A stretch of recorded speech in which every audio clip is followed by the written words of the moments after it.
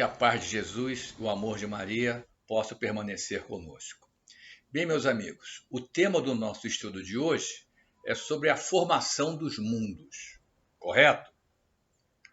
E é um tema que, fazendo a ressalva que profissionalmente eu sou ligado à área de ciências, né? E relembrando que o tripé que sustenta a doutrina espírita é a religião, a ciência e a filosofia, vocês vão ver durante o decorrer do nosso estudo de hoje que iremos focar o estudo, o próprio tema já dá a dica, né? Especificamente, né, no contexto da ciência, né? E trazendo, né, as informações que Kardec conseguiu amealhar a partir das comunicações, né, dos espíritos, daquela elite de espíritos que auxiliou o codificador quando da formatação da doutrina espírita. Ok?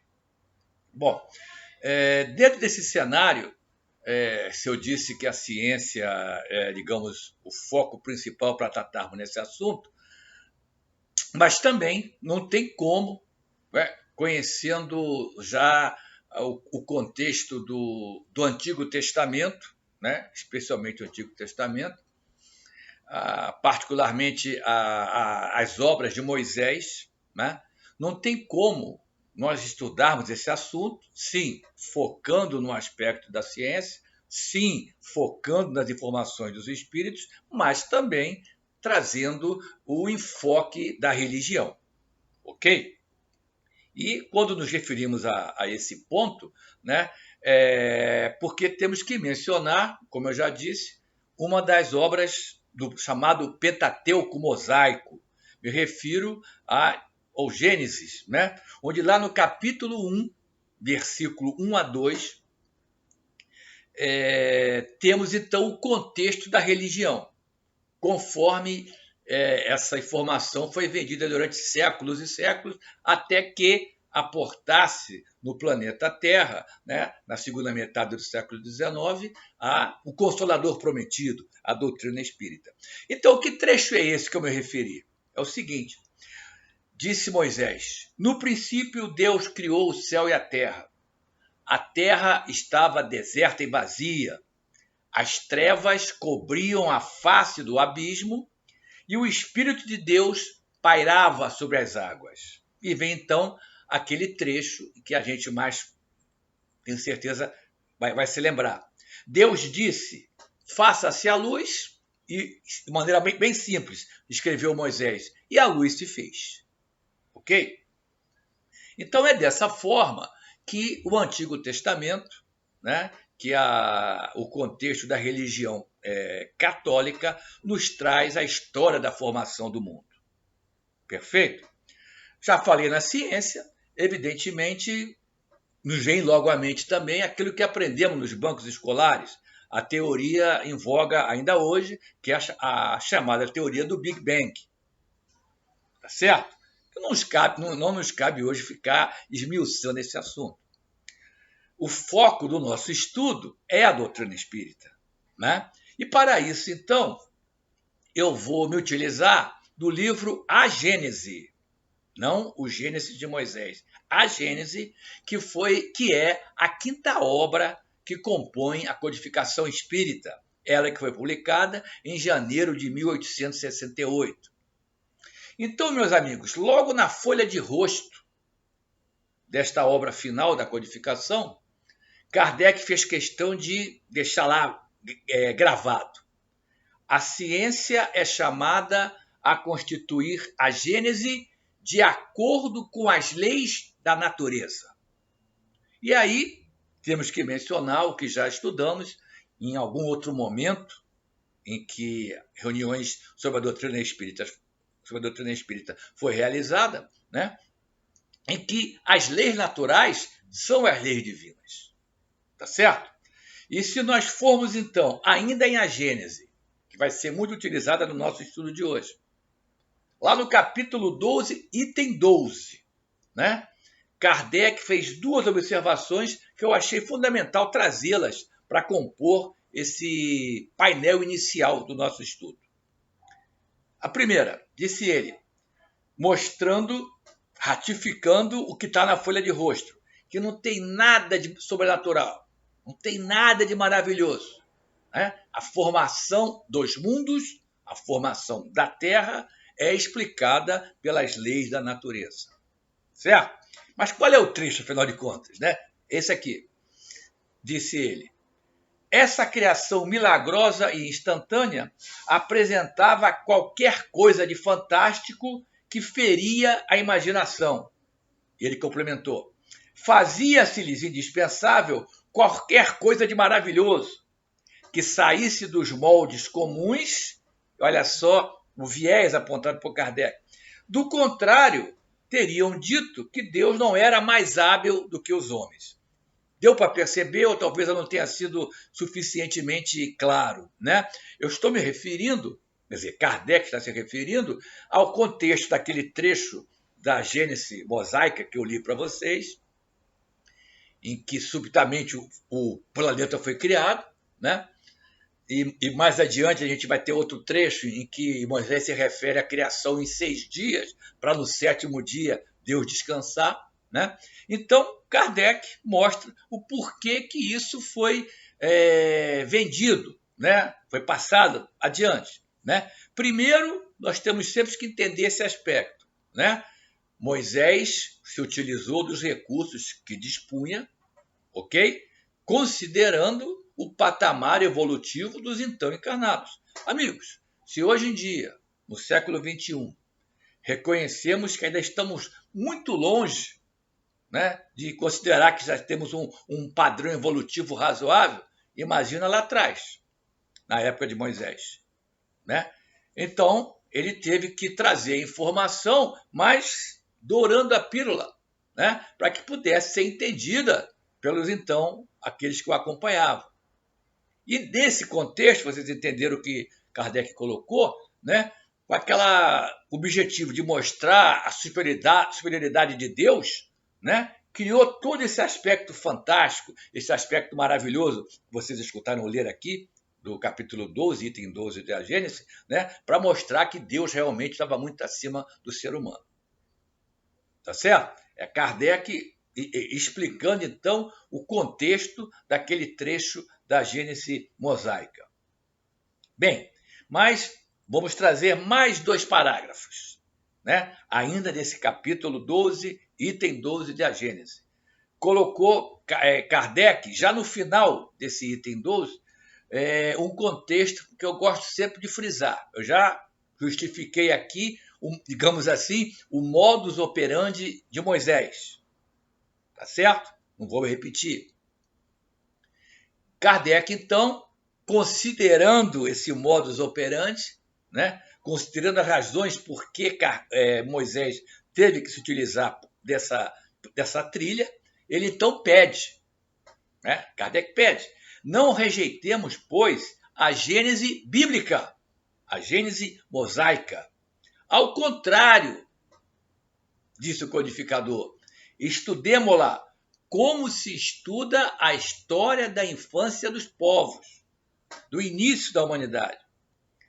E ele, então, vai no ponto que nós já escutamos em algum outro momento de estudo da doutrina espírita. Trata-se de uma época rica de alegorias, que se devem comentar e explicar com o auxílio das luzes da razão e da ciência. Tá certo? Esse trecho, como disse a vocês, já do final desse item 12 do capítulo 12, é complementado da seguinte forma. Né? Kardec ratifica o que disse nesse parágrafo e o complementa. Cumpre que se lhe apontem a quem? A Gênese bíblica, expressamente os erros, no próprio interesse da religião, mostrando que não há dicotomia, como eu fiz questão de comentar sobre o tripé que sustenta a doutrina espírita, não há dicotomia entre a ciência e a religião quando os preconceitos são retirados, quando os antólogos são retirados também. Então ele continua. Cumpre, então, que se lhe apontem expressamente os erros, no próprio interesse da religião. A religião será muito mais respeitada quando esses erros deixarem de ser impostos à fé como verdade. Já apareceu na mente de cada um de nós, tenho certeza, né, esse contexto da fé imposta e da fé raciocinada, que a gente vai abordar daqui um pouquinho mais na frente. Tá certo? No presente momento, eu vou continuar ainda em A Gênese, mas vou voltar um pouquinho atrás, para o capítulo 1, item 16, né? Porque começamos falando nesse cenário aqui, vamos ter que complementar, né? Justamente vou citar um dos tópicos do capítulo 1 do Evangelho segundo o Espiritismo, a terceira obra da codificação espírita. O capítulo 1 é aquele que tem o título de uma frase de Jesus, como a maior parte dos capítulos do Evangelho segundo o Espiritismo. Não vim destruir a lei. Né? E um dos tópicos desse capítulo é a aliança da ciência e da religião, mostrando que para o Espiritismo não há inconveniente que essa aliança exista. Eu acho que quem escutou com atenção esses trechos que eu trouxe anteriormente do Kardec já tem essa convicção. Mas deixa eu ler aqui, então, esse item 16 do capítulo 1 de A Gênese. Assim como a ciência, propriamente dita, tem por objeto o estudo das leis do princípio material, perfeito? Disse o codificador, o objeto especial do Espiritismo é o conhecimento das leis do princípio espiritual. E uma novidade. E ele complementa. O Espiritismo e a ciência se completam reciprocamente. E ele justifica. A ciência sem o Espiritismo se acha na impossibilidade de explicar certos fenômenos só pelas leis da matéria. Com todas as leis da física e de outras ciências que possam existir, eles não seriam explicados. É isso que o Kardec está colocando. E tem o outro lado. Ao Espiritismo, sem a ciência, faltariam o quê, amigos? Apoio e comprovação. Né? Então, eu acho que vocês entenderam o porquê eu fazer questão de trazer esse trecho, né, que fecha, então, assim, a convicção que Kardec nos trouxe através da codificação espírita, que ciência e religião podem se andar juntas, unidas, para nos trazer as explicações das leis da natureza, das leis divinas. Ok? Bom, só tem um complementozinho que não posso deixar de colocar aqui, que finaliza esse item 16.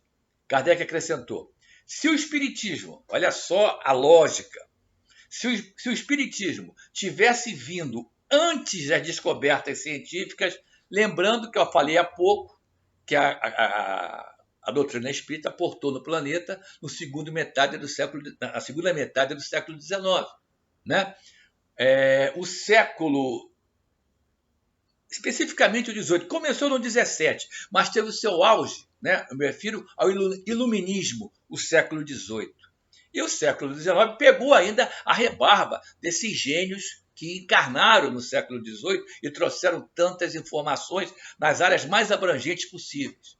Né? Então, o Kardec está colocando que se a doutrina espírita tivesse vindo antes das descobertas científicas, portanto, antes do século XIX especificamente, diz Kardec com convicção, ele teria abortado, como tudo quanto surge antes do tempo. Não é isso? Quando você lança algum projeto antes do momento correto, o que acontece com esse projeto? Como diz a gíria, está com os burros na água.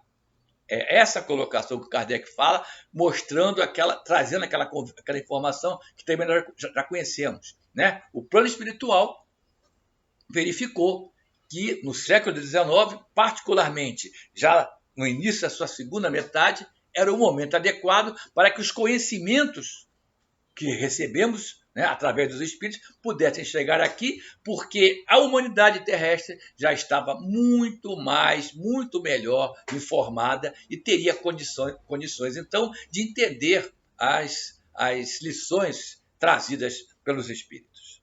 Tá certo? Muito bem.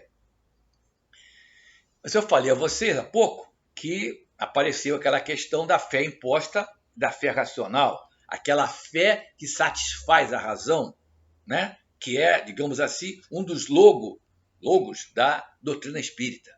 Né? E se nós formos lá, aquela obra que eu citei há pouco, no Evangelho segundo o Espiritismo, no capítulo 19, onde Kardec nos estuda conosco a fé, ele colocou: fé inabalável é somente aquela que pode encarar a razão face a face em todas as épocas da humanidade.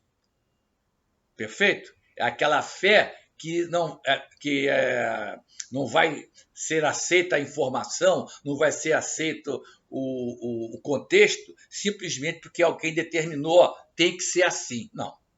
O Espiritismo não trabalha dessa forma. Vocês sabem que se você quiser associar uma forma simples um título ao Espiritismo, é razão, é o uso do senso lógico, é o uso da racionalidade.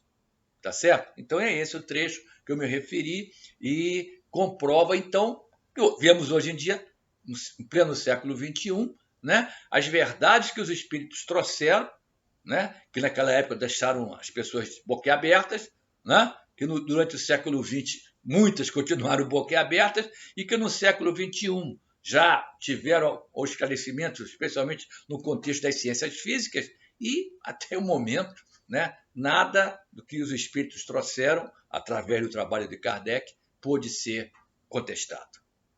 Tá certo? Muito bem. Mas então, depois dessa introdução que eu posso dizer, desta breve introdução, cerca de 15 minutos, vamos partir então para o estudo do tema programado pela casa para hoje, né? Que é a formação dos mundos. Tá certo? E como eu me referi, né, o estudo que eu faço sempre vai se utilizar rigorosamente das informações contidas na codificação espírita. Né? Por isso que eu comecei o estudo me referindo ao tripé que sustenta a doutrina espírita. Né? A gente tem a possibilidade de se utilizar também de obras acessórias da doutrina espírita. Como vocês conhecem, eu vou utilizar aqui algumas. Né? Sempre lembrando que alguma obra, né, poder ser classificada como obra acessória da doutrina espírita tem um requisito, né, que seja oriunda de um espírito sério, ou de um médium sério, ou de um autor sério, ou seja, que tragam as informações que vão ao encontro e não de encontro às lições que os espíritos trouxeram, repito, na segunda metade do século XIX. Ok? E dentro desse tópico, formação dos mundos, né, já nos utilizamos da Gênese, e chega a hora, então, de nos utilizarmos do Livro dos Espíritos, a obra inicial da codificação, e vamos lá entre as perguntas 37 e 42. Em função do tempo que nós dispomos, se eu não me engano, vamos deixar de abordar uma das perguntas. Por quê? Porque essa pergunta fala nos cometas, mas não fala nos cometas, a resposta à pergunta do Kardec não tinha a ver com o contexto científico dos cometas. Né? Tem a ver com aquela crendice que, naquela época, né, segunda metade do século XIX, ainda se dava a trajetória dos cometas, o fato dele passar ou não passar próximo à Terra. Tá ok? Eu considerei que eu poderia abrir mão dessa pergunta e focar nas outras 7 perguntas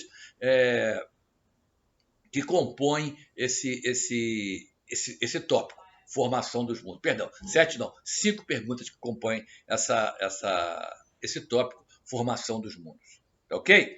Vamos lá então com a primeira delas, a 37. Qual foi a pergunta feita pelo codificador?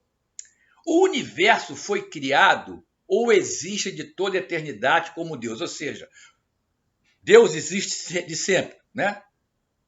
O universo também é o mesmo caso? Resposta: é fora de dúvida que ele, o universo, não pode ter se feito a si próprio, a si mesmo, né? Se existisse como Deus de toda a eternidade, óbvio, não seria a obra de Deus. Perfeito? Resposta lógica que não dá margem à necessidade de grandes comentários. Por isso que eu vou trazer o comentário que o Kardec fez após essa resposta. Diz-nos a razão não ser possível que o universo se tenha feito a si mesmo, e que não podendo também ser obra do acaso, já aprendemos através das informações dos espíritos que o acaso não existe, conclui Kardec, o universo há de ser obra de Deus. Perfeito? Ok. 38. Kardec perguntou: como criou Deus o universo? E aí vocês vão ver que o Antigo Testamento vai aparecer. E não é a única vez, né? Porque o espírito que respondeu ao Kardec disse o seguinte: para me servir de uma expressão corrente, de uma expressão rotineira, direi que Deus criou o universo pela sua vontade, né?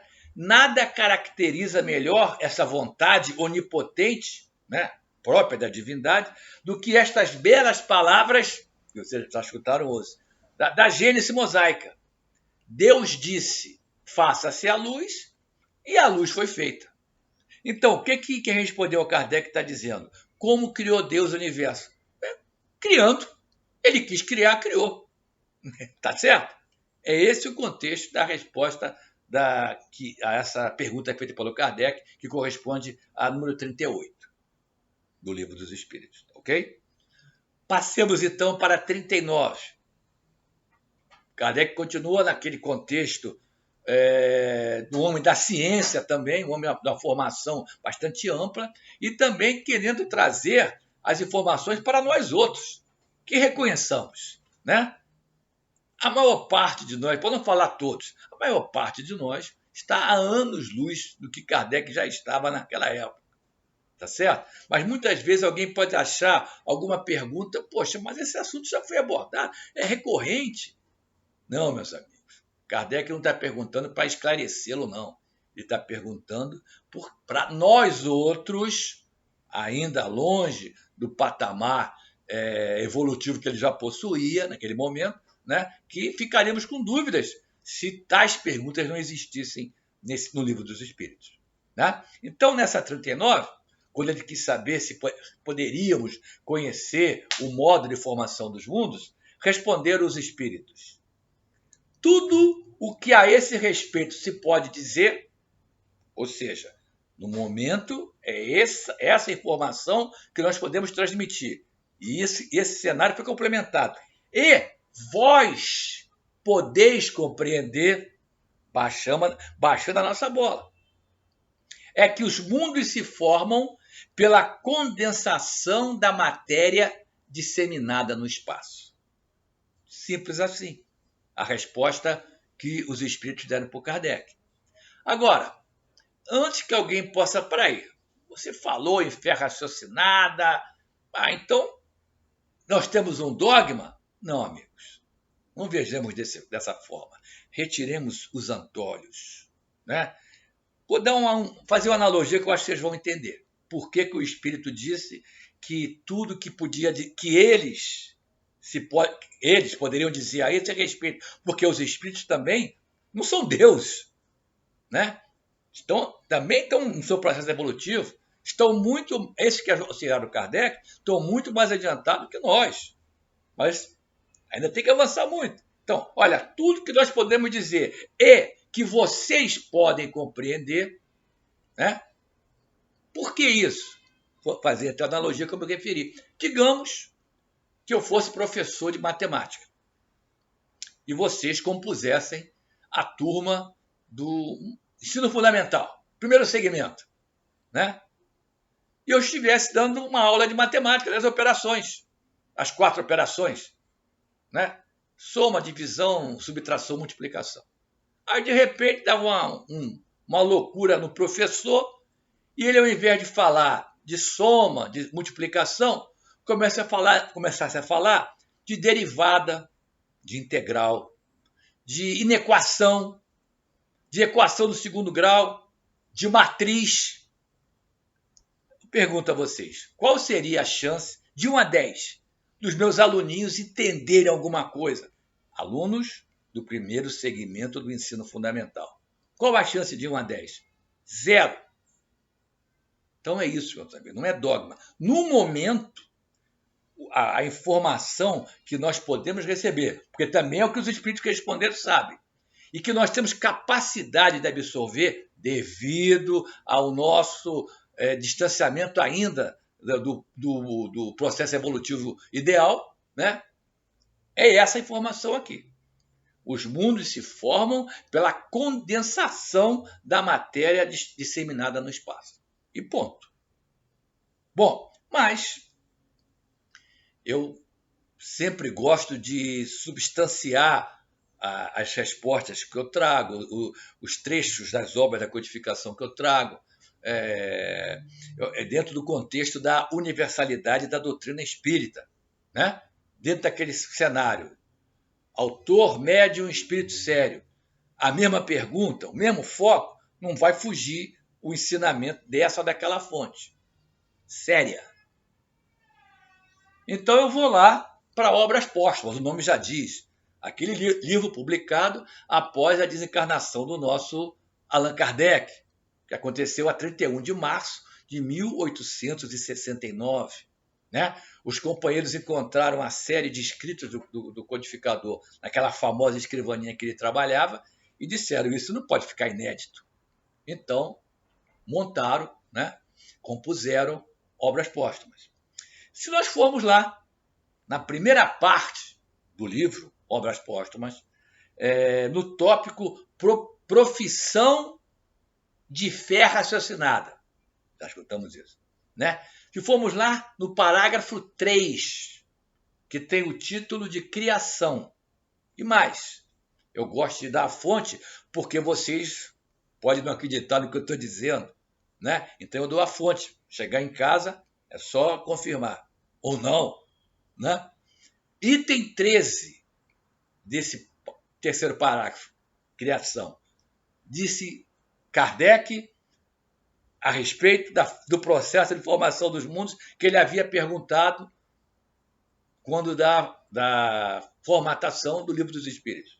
Disse ele, como produtos que são, ele está afirmando, como produtos que são da aglomeração e da transformação da matéria, os diversos mundos hão de ter tido, como todos os outros corpos materiais, começo e terão fim, na conformidade de leis que desconhecemos.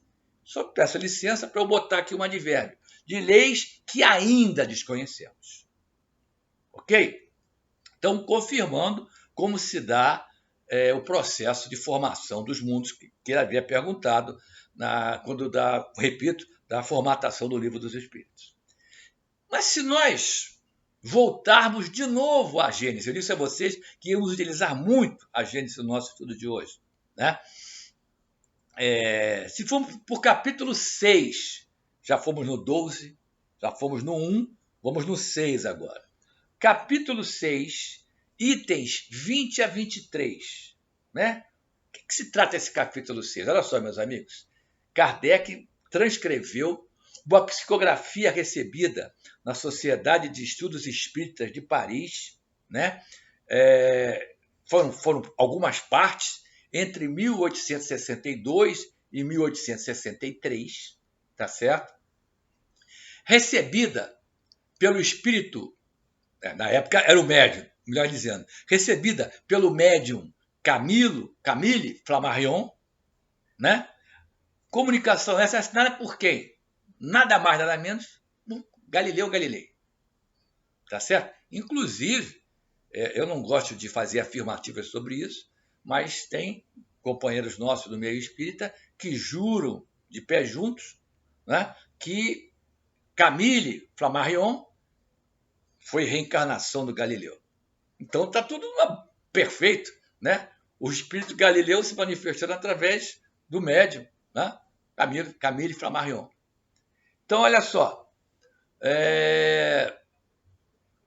disse o nosso Galileu, repito, que eu não estou afirmando essa questão de que foi, que não foi, encarnação, que eu não gosto de comentar isso. Eu estou me referindo ao que alguns companheiros do meio espírita dizem, né? Eu não discuto isso, da mesma forma que eu acho uma besteira danada essa discussão de que Chico Xavier foi Allan Kardec. Tá certo? Mas vocês também acham que concordam comigo. Tem vários irmãos nossos dentro do Espiritismo que brigam por isso. Eu não discuto isso. Eu quero discutir e aprender e conversar, quando eu tenho oportunidade, sobre os ensinamentos dos Espíritos. E é o caso aqui, o Galileu, né, disse o seguinte, a respeito desse contexto da formação dos mundos. Sucedeu que, num ponto do universo, perdido entre as miríades do mundo, a matéria cósmica se condensou, sob a forma de imensa nebulosa, animada esta das leis universais que regem a matéria. As leis que regem a matéria na Terra não regem apenas na Terra, mas em todos os pontos, em todos os orbes do universo criado por Deus. E complementou ainda o nosso Galileu. Ela, pois, né, essa nebulosa, não teria dado nascimento a um só astro, mas a centenas de mundos destacados do foco central. Né? Aglomeração da matéria cósmica disseminada no espaço. Exatamente aquilo que os espíritos responderam para o Kardec. 1856, por aí. Né? E a psicografia que Galileu fez chegar até nós, né? A informação que Galileu fez chegar até nós já é de 1862, 1863. Tá certo? Mas observem a identidade entre as duas informações. Isso, repito, chama-se universalidade da doutrina espírita. Né? Bom, vamos seguir com Galileu. Disse ele ainda, é longo o trecho, disse a vocês, tem 2 anos de mensagens. Cada um desses mundos será um sol, ou seja, centro de um turbilhão de planetas sucessivamente destacados do seu equador. Esses planetas receberão uma vida especial, particular, específica, embora dependente do astro que o gerou. É uma geração, digamos, única, dando isso e aquilo, né? Mas a vida é particular, é específica para cada um desses orbes criados, mas tem a ver, né, com esse astro inicial. E segue Galileu. Os planetas são então formados de massas de matéria condensada, porém ainda não solidificada, destacadas da massa central pela ação de força centrífuga, né? De dentro para fora, do centro para fora, e que formam, em virtude das leis do movimento, as leis, repito, que existem no universo todo criado por Deus, a forma esferoidal. Qual é a forma esferoidal? Né? Uma esfera ligeiramente achatada nos polos, lembra a Terra, né? A forma esferoidal mais ou menos elíptica, conforme o grau de fluidez que conservaram. E aí temos que lembrar do que estudamos nas aulas de ciência, né? Que existem 2 grupos de planetas quando pensamos apenas no nosso sistema solar. Né? Aqueles mais densos, mais sólidos, e os menos densos, menos sólidos. Tá certo? Bom, e esse é um trecho, meus amigos, porque o tempo está correndo. Nós temos meia hora de estudo. Né? Disse ainda o Galileu, efetua-se assim a criação universal. É, pois, exato dizer-se que, sendo as operações da natureza a expressão da vontade divina, ninguém duvida disso, ele afirmou, Deus há criado sempre, cria incessantemente e nunca deixará de criar. E aí me permitam fazer uma associação com uma frase do nosso mestre amado, que João registrou no capítulo 5 do seu Evangelho. Estão lembrados? Meu pai trabalha até agora e eu trabalho também. É isso que Galileu falou. Deus criou sempre, cria incessantemente sem parar e nunca deixará de criar. Esse é o universo que o nosso pai fez. Perfeito? Bem, avancemos para 41, quando o Kardec perguntou: pode um mundo completamente formado, prontinho, desaparecer e disseminar de novo no espaço a matéria que o compõe? Resposta: sim. Deus renova os mundos como renova os seres vivos. Nesse que acontece num contexto nosso, o corpo do ser vivo do nosso planeta, animal, vegetal, ou do reino hominal, né? Quando a energia vital vai embora, o que acontece? Há a decomposição, né, daquelas células, voltando aos primórdios, né, aquelas substâncias primitivas. É isso que quem respondeu ao Kardec mencionou. Tá certo? Voltemos à Gênese. O item 50 daquele capítulo 6. Galileu disse: já sabemos que leis presidem a história do universo. O que importa saber agora é que elas presidem igualmente a destruição dos astros, porquanto a morte não é apenas uma metamorfose do ser vivo, mas também uma transformação da matéria inanimada, ou seja, se aplica também. É isso que Galileu mencionou, como nós escutamos há pouco, né, sobre o início e o final dos órbes. Os órbes são criados e deixam, num determinado momento, de existirem. Tudo, repito, explicado pelas leis da natureza.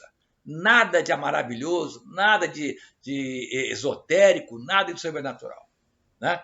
Bem, e o Galileu dá um exemplo, né, na sua comunicação, dizendo: temos aqui um mundo que percorreu toda a extensão dos anos que a sua organização especial lhe permitia percorrer. Foi criado, foi evoluindo. Extinguiu-se-lhe o foco interior da existência. Seus elementos perderam a virtude inicial. Ora, essa Terra extinta e sem vida vai continuar a gravitar nos espaços celestes sem uma finalidade e passar como cinza inútil pelo turbilhão dos céus?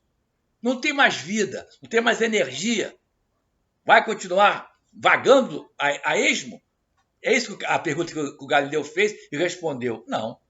As mesmas leis que a elevaram acima do caos tenebroso, ao lance do Big Bang, né? Que conta que no início tudo era um caos. Lembram disso? Dos bancos escolares. Né? As mesmas leis que a elevaram acima do caos tenebroso vão também presidir a desagregação de seus elementos constitutivos, que irão retornar à massa comum do éter, do espaço, para se assimilarem a outros corpos ou para regenerarem outros sóis. Exatamente aquilo que comentamos sobre a analogia que acontece com os seres vivos no planeta Terra, por exemplo. Tá certo? Mas se quiser um exemplo real, diz a ciência que daqui a 7 bilhões e meio de anos, bilhões, vai levar um tempinho ainda, né? O hidrogênio vai rarear, né? E o Sol, para tentar uma sobrevida, né, terá de começar a queimar hidrogênio de fora do núcleo. Né? O Sol, para gerar aquela energia maravilhosa que ele gera, ele queima hidrogênio que tem no seu núcleo. Mas os cientistas dizem que daqui a 7 bilhões e meio de anos vai acabar o hidrogênio interno desse núcleo. E o Sol, num instinto de conservação, vai começar a captar o hidrogênio externo. Tá certo? De fora do núcleo. Assim, a pressão de dentro para fora será tão grande, né? O que vai acontecer? O Sol vai se expandir, vai se expandir, vai se expandir. É isso que diz a ciência, né? Essa gigantesca bola incandescente crescerá até ocupar as órbitas. No popular, o Sol vai crescer tanto que vai engolir.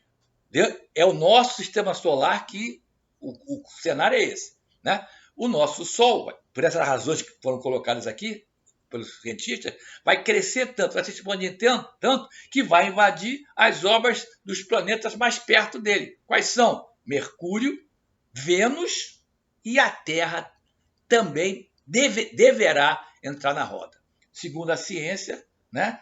Mercúrio e Vênus vão dançar. A Terra tem grande chance de dançar também nessa época aí, daqui a 7 bilhões e meio de anos.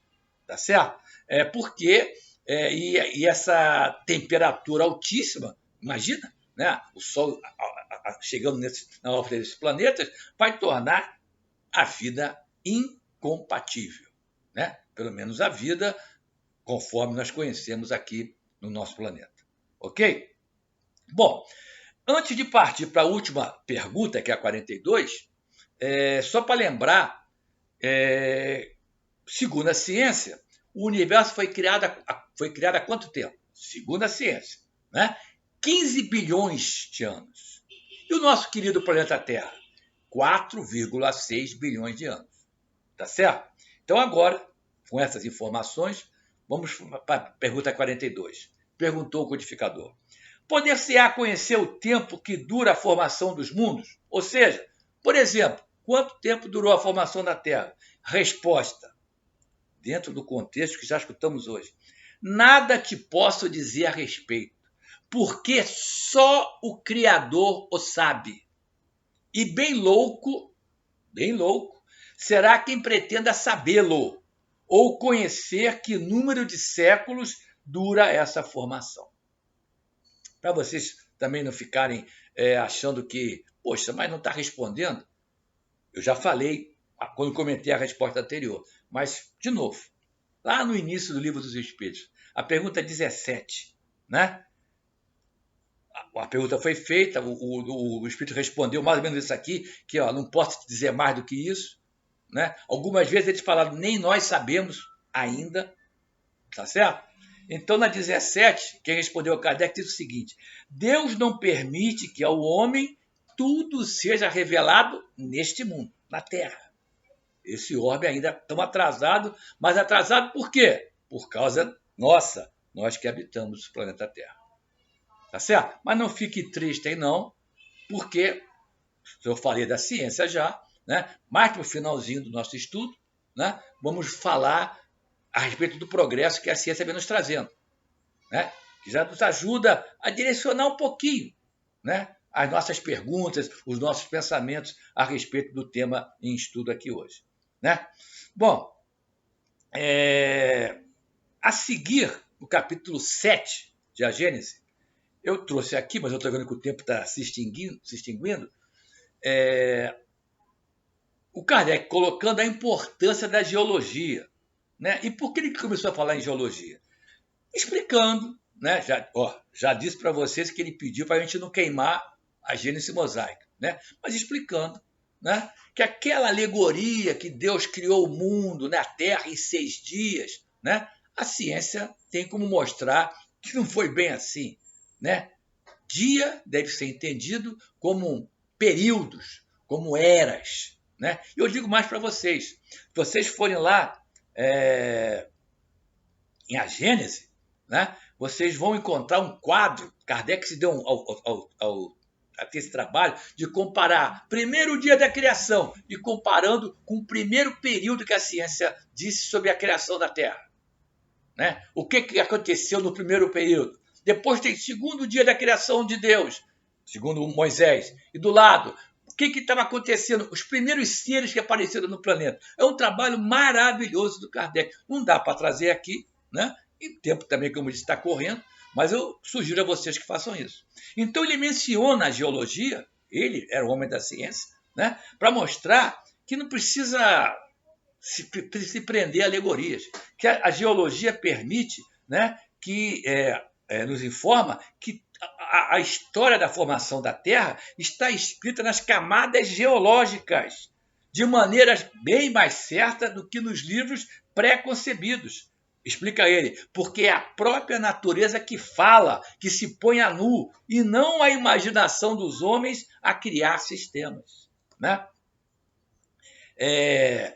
Ele acrescenta, então, que, só um instantinho aqui, ó, o estudo das camadas geológicas atesta, como ele já disse, formações sucessivas que mudaram o aspecto do globo terrestre e lhe dividem a história em muitas épocas, que constituem os chamados períodos geológicos, cujo conhecimento é essencial para a determinação da gênese do planeta.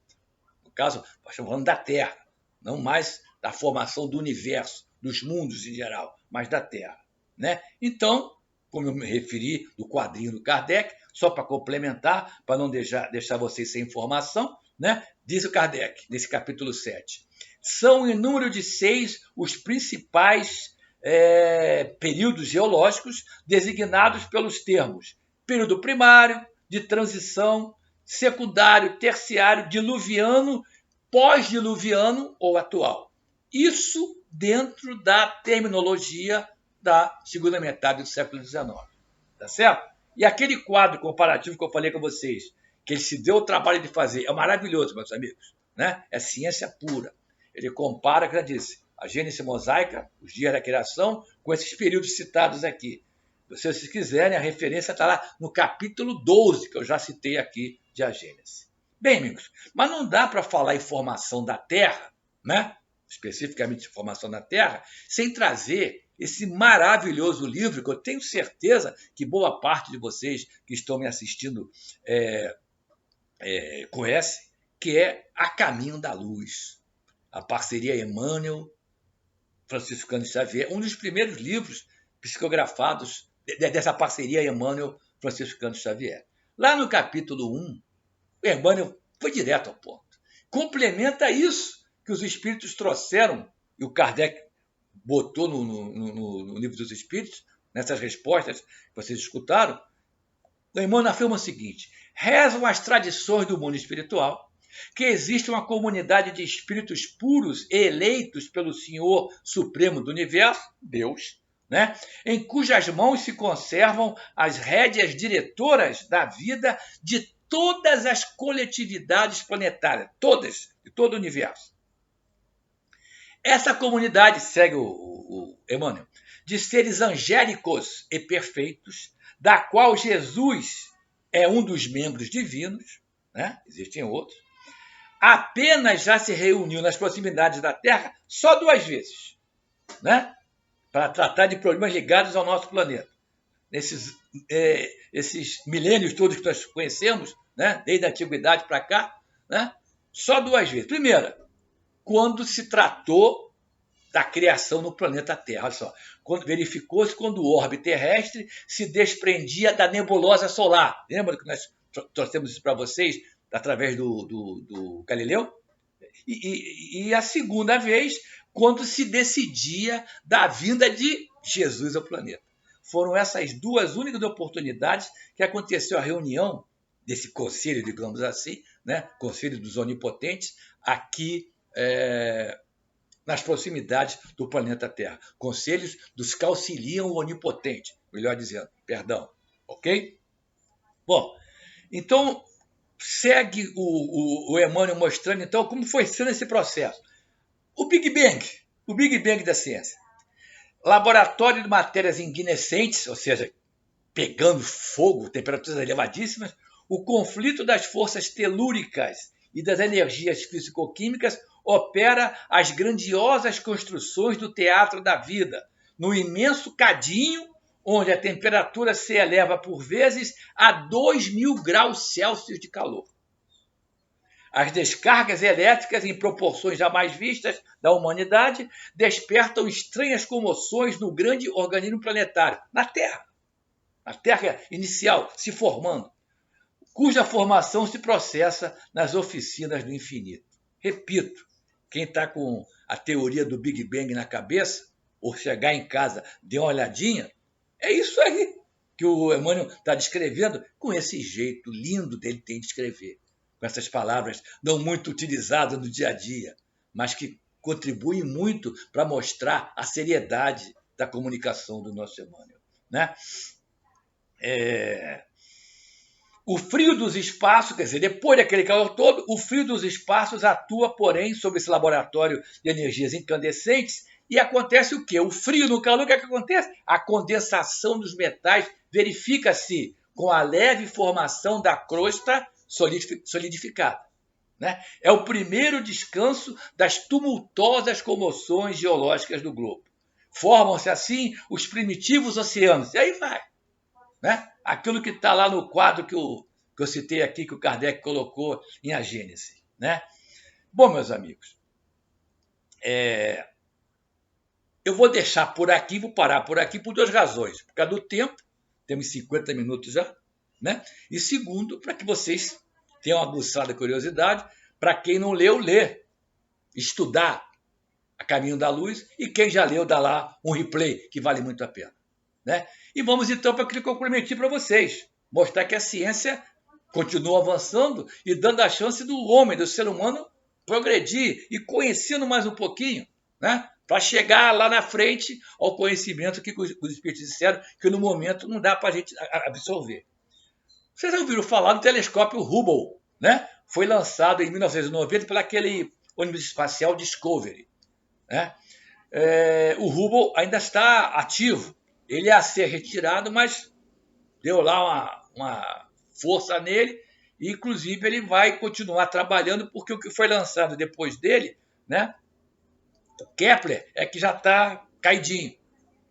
Então, através do Hubble, a NASA, por exemplo, a ciência, né, a NASA é um expoente da ciência, conseguiu começar a verificar a existência dos chamados exoplanetas, ou seja, planetas que orbitam outra estrela que não o nosso Sol. E diga-se de passagem, estrelas muito mais potentes que o nosso Sol.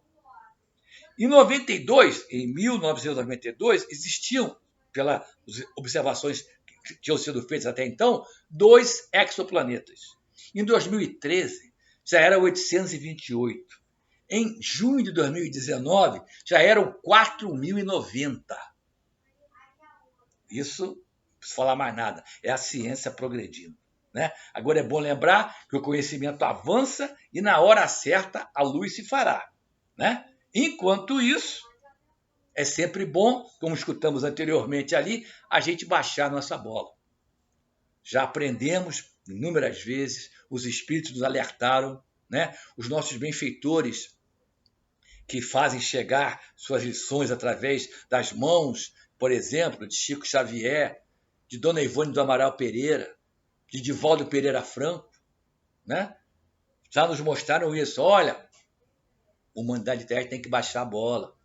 A humanidade está muito atrasada ainda em relação ao patamar que poderia estar.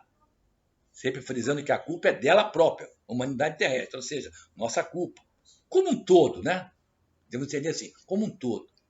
Então é sempre bom a gente, embora vendo esse progresso da ciência, vendo a inteligência do homem sendo utilizada desse modo positivo, propiciando que a informação vá crescendo, né?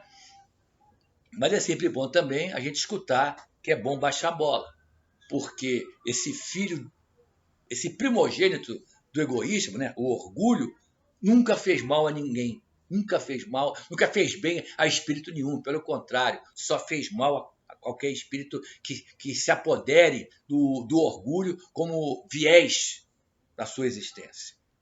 Então eu queria, agradecendo a atenção de vocês a esse estudo de hoje, né, na expectativa que tenha conseguido alcançar o que a casa pretendia, né, agradecendo a casa também pela oportunidade do trabalho.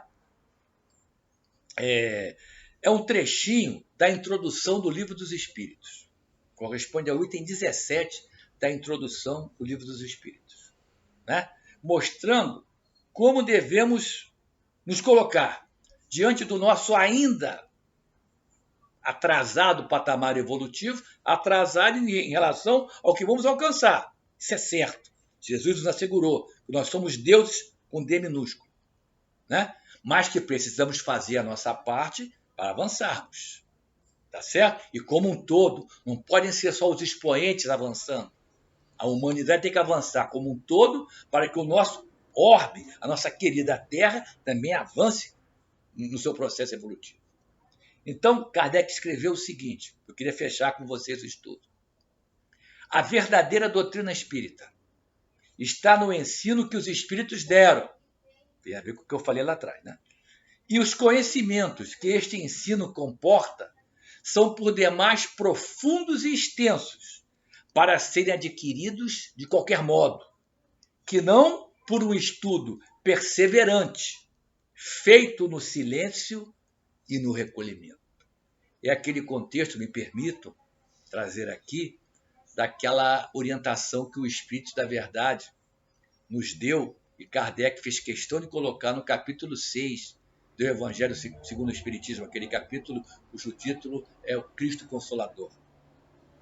Qual foi a orientação direta que o Espírito da Verdade nos deu, que vai ao encontro dessa lição aqui e ao contexto de que precisamos fazer a nossa parte. Precisamos progredir estudando, por exemplo, esse processo de formação dos mundos. Qual foi o cenário que o Espírito da Verdade nos trouxe a nós espíritas? A nós espíritas. Disse: espíritas, vos dou 2 ensinamentos. Primeiro, aquele que a gente sabe que é o maior de todos. Amai-vos. E qual foi o segundo, meus irmãos? Instruí-vos. É isso que ele nos pediu. É isso que Jesus nos pede. É isso que Deus espera de cada um de nós. Obrigado. Muita paz.